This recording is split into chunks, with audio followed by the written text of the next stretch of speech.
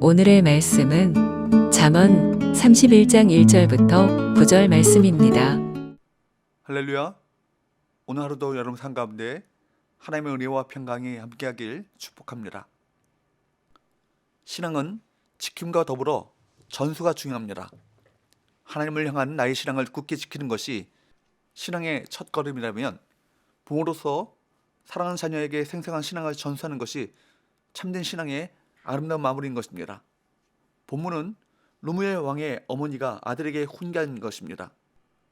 그녀는 소원대로 얻은 소중한 아들이 왕으로서 걸어야 하는 참다운 길, 왕으로서 지녀야 하는 품격과 자세에 대해서 가르치고 있습니다. 왕의 어머니는 아들에게 교훈하죠. 1절 2절 르무엘 왕이 말씀한 바 곧 그의 어머니가 그를 훈계한 잠언이라. 내 아들아, 내가 무엇을 말하랴? 내 태에서 난 아들아, 내가 무엇을 말하랴? 소원대로 얻은 아들아, 내가 무엇을 말하랴? 내 아들아, 무엇을 말하랴? 라는 말을 3번이나 반복하며 간절한 마음으로 교훈하고 있습니다. 르무엘이라는 이름은 하나님께 속한 자라는 뜻입니다. 르무엘의 어머니는 선하여 얻었다는 고백을 통해 믿음의 어머님을 증명합니다. 사무엘의 어머니 한나, 또 디모데의 어머니 유니게처럼 경건한 어머니에게서 경건한 아들이 자랍니다. 자녀에게 신앙의 교훈을 할 수 있다는 것은 먼저 신앙의 본을 보여야만 가능합니다. 사랑하는 자녀들에게 재물과 사회적 지위보다 신앙을 유산으로 물려줄 수 있기를 축복합니다.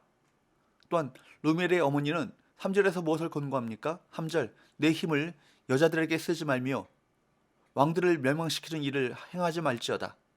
여자들에게 힘을 쓰지 말라고 아들에게 권고합니다.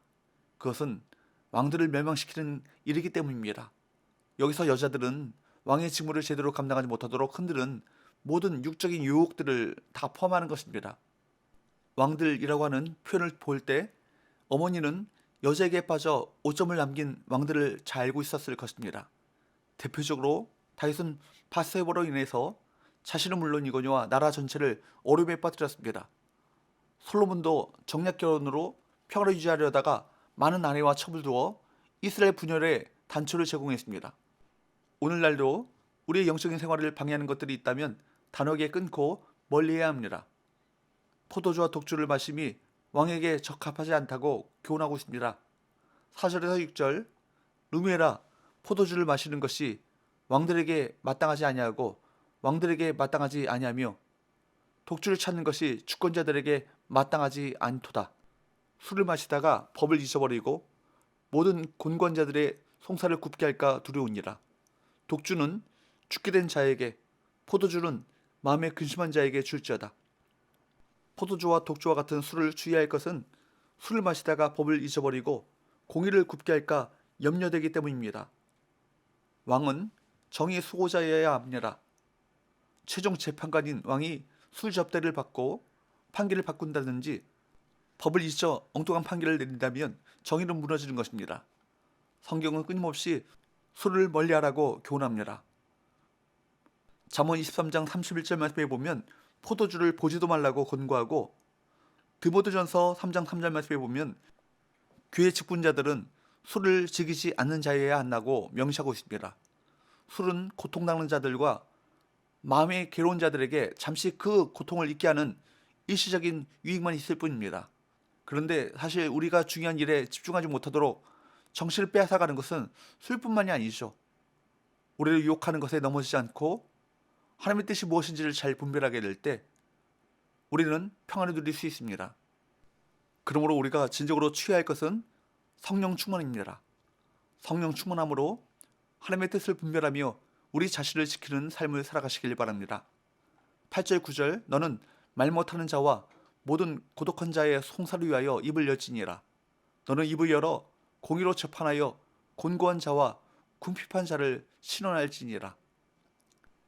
여민을 불러일으키며 왕의 봉사가 필요한 말 못하는 자와 모든 고독한 자에 대해서 언급하고 있습니다. 여기에서 말 못하는 자로 번역된 일렘이란 말은 재판장에서 아무것도 말할 수 없는 사람, 즉 사회적, 신체적, 정신적으로 불능이어서 그들의 사안이 부당하게 다뤄질 처지의 사람들을 말합니다. 이때 침묵은 암묵적인 동의를 의미하죠.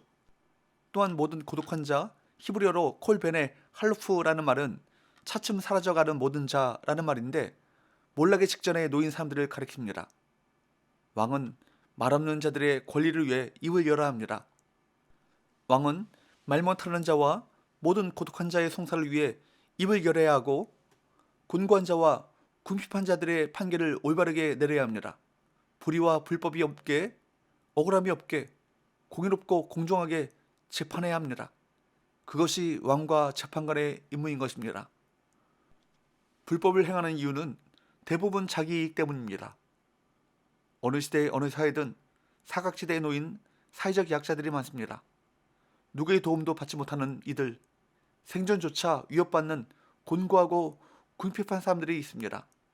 우리는 자녀에게, 공동체에게, 나아가 이 사회 앞에 힘없는 이들을 위해 입을 열라고 가르치고 선포해야 합니다. 부모는 자녀들에게 인생의 첫 스승입니다. 그러므로 오늘 루무엘의 어머니처럼 자녀에게 하나님의 말씀에 따른 삶의 원리를 가르쳐야 합니다. 하나님은 바르고 경건한 신앙이 가정과 교회에서 다음 세대에 계승되기를 바라십니다. 우리는 또한 하나님 나라의 왕같은 제사장들로서 하나님과 그분의 나라를 세상에 드러내야 할 자들입니다. 그러므로 굽어진 것들을 펴고 약한 이들을 돌보며 왕의 자녀답게 이 땅을 살아가시기를 주님으로 축복합니다. 기도합시다.